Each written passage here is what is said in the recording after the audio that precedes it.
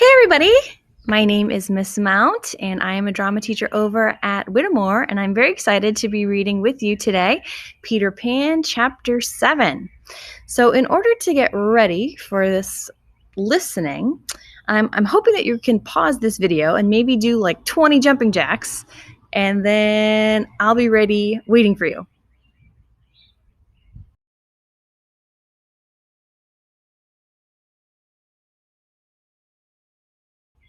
Okay, I'm hoping that you just did some movement work. And now we're going to do a little breathing together because I find that in order to listen, I need to be relaxed. So I'm hoping that we can do this together. Ready? Breathe in. Breathe out. Breathe in. Breathe out.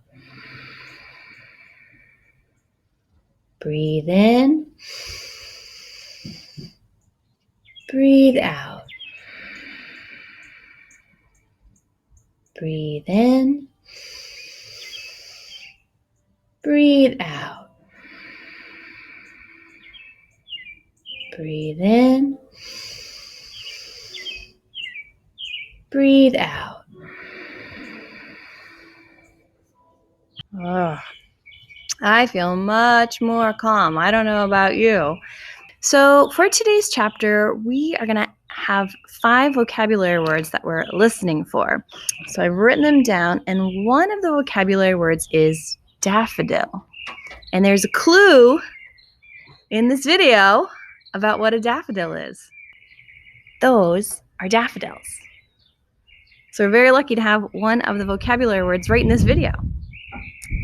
Now, another vocabulary word is emerged, and the daffodils had to emerge from the ground. Emerge is to come into view, so they were hiding as a seed, and they emerged as beautiful daffodils.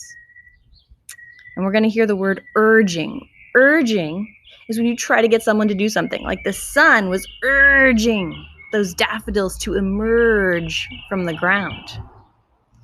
We're also going to hear the word jealous. And jealous means when you feel kind of angry about something good that somebody did or has. We're going to hear the word generosity. And to be generous means being kind by sharing. All right, so here we go. Settle in with some nice deep breathing for Chapter 7 of Peter Pan. The Wendy bird. Unaware that the pirates had found their hiding place, the boys waited for a while and then emerged from their underground cave. Suddenly, Nib saw something in the sky. "Look at that white bird," he said.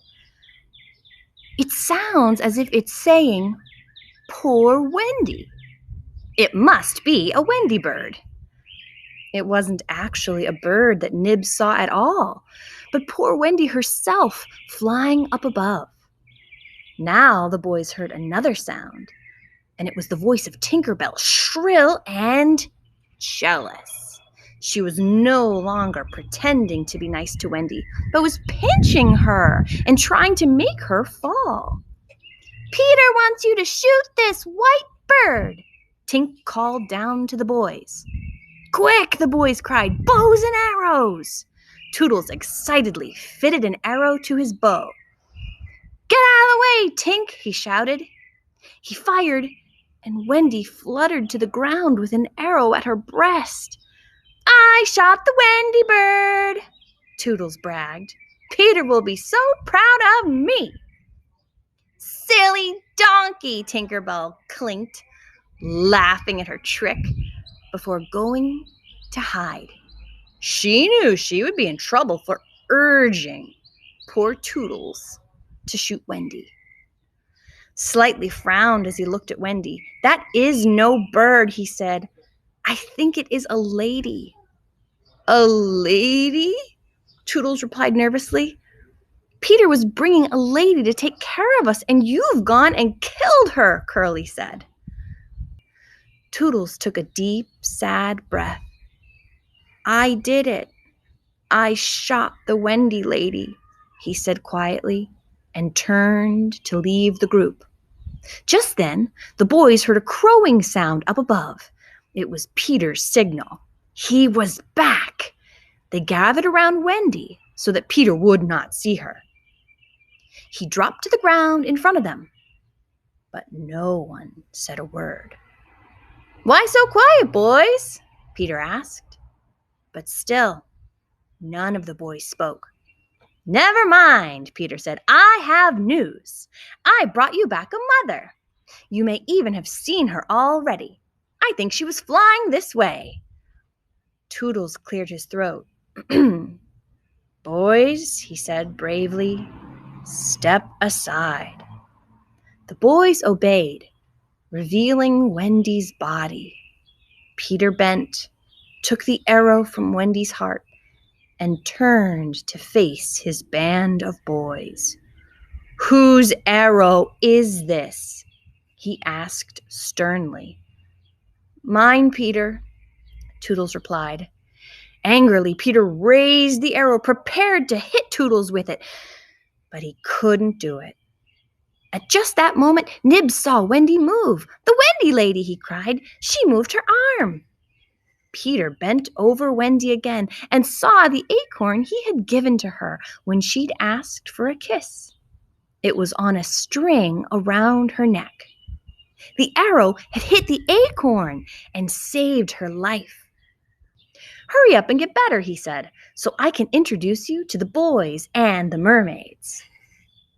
From her hiding spot above, Tink sighed loudly. "Listen to Tink crying, because the Wendy lady is alive," Curly said. The boys told Peter about her crime. "We are not friends anymore, Tink," Peter cried. "Go away and never come back." Frantically, Tinkerbell flew onto Peter's shoulder and begged his forgiveness, but he brushed her off. Lying on the ground, Wendy stirred slightly. She was waking up. "I'll be all right," she said wearily. "You don't have to banish her." "Well, all right," Peter told Tinkerbell. "You can come back, but not for a whole week." You would think Tinkerbell would be grateful to Wendy for defending her, but Wendy's generosity only made Tink want to pinch her even more. Wendy, in the meantime, was so tired and sore from her hard fall that she rolled onto her side and fell asleep. "I have an idea," Peter said. "Let's build Wendy a house."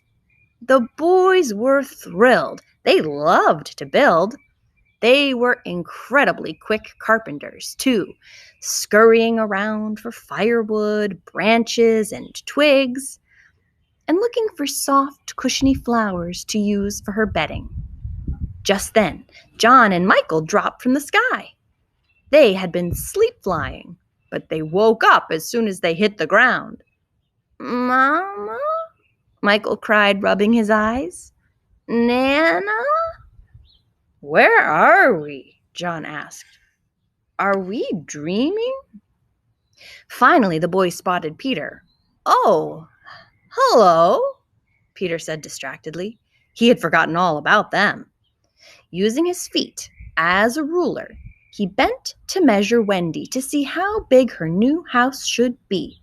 "Come on," he told her brothers. "We are building a house for Wendy, and you have to help."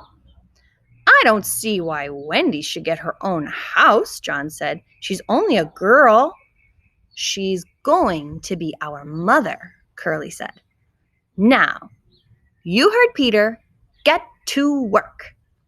Wendy moved and groaned a bit in her sleep. "Slightly," Peter cried. "Go get a doctor." Slightly said, "Aye, aye," and left at once, before remembering that there were no doctors on the island. Still, he knew better than to disobey Peter, so he returned wearing John's hat and looking very serious. Although the other boys knew that Slightly was just pretending, Peter did not. To him, make-believe was the same thing as true, And so convinced that Slightly was, in fact, a doctor, he said, "Help this lady. She is very ill." "I will give her some medicine," said Slightly, bending over the sleeping Wendy and pretending to do just that. "And there! She is cured." "What a relief," Peter said.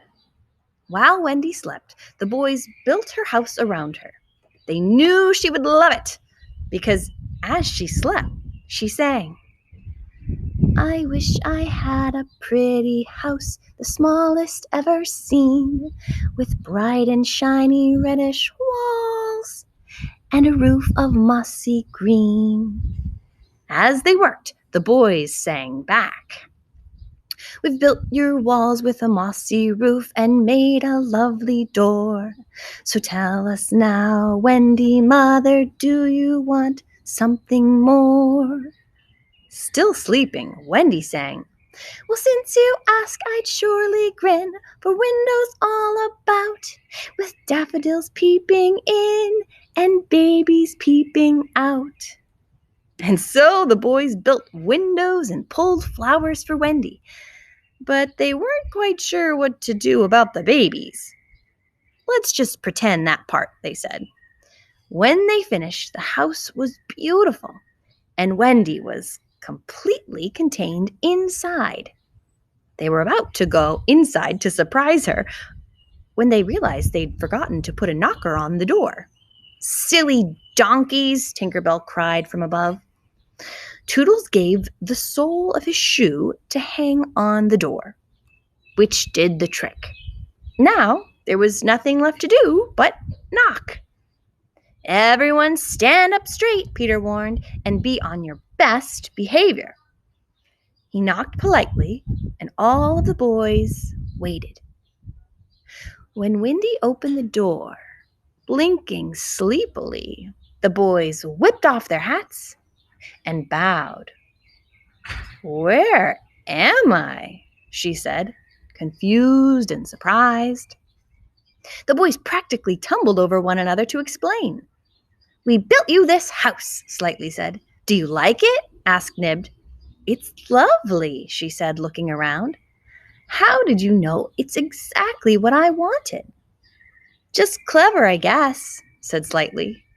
He saw no need to tell her what she had been singing in her sleep. "Can we be your children?" the twins asked. "Well," Wendy said, "that's awfully nice of you, but I am only a child myself. I have no real experience." "That's okay," Peter said, although he actually knew less about mothers than any of them. "We just need a nice motherly person. You'll do." Wendy agreed to try and invited all the boys into her new house. As they gathered around, she did her first motherly thing and told them the end of Cinderella. When she was finished, she followed the boys to their cave and tucked them in for the evening before returning to her own home. So that was chapter 7 of Peter Pan. And now I just want to revisit those 5 vocabulary words. So daffodils, you can see some of those behind me. Daffodils. And emerged. The daffodils emerged from the ground, just like the boys emerged from their hiding place. Do you see them emerging from the ground? Emerging from the ground. And urging is when you try to get somebody to do something. Remember when Tinkerbell was urging the Lost Boys to shoot the Wendy bird? And jealous is when you're feeling mad about something that someone else has or something that somebody else did. Can you think of which character was pretty jealous in chapter 7? Does that ring any bells? And generosity. Generosity is being kind by sharing. So what's something you can do today that's generous? How can you show your kindness by sharing something with someone? So thank you so much for tuning into Chapter 7, and I hope that you're already looking forward to Chapter 8. I know I am. Bye, Waltham. See you next time.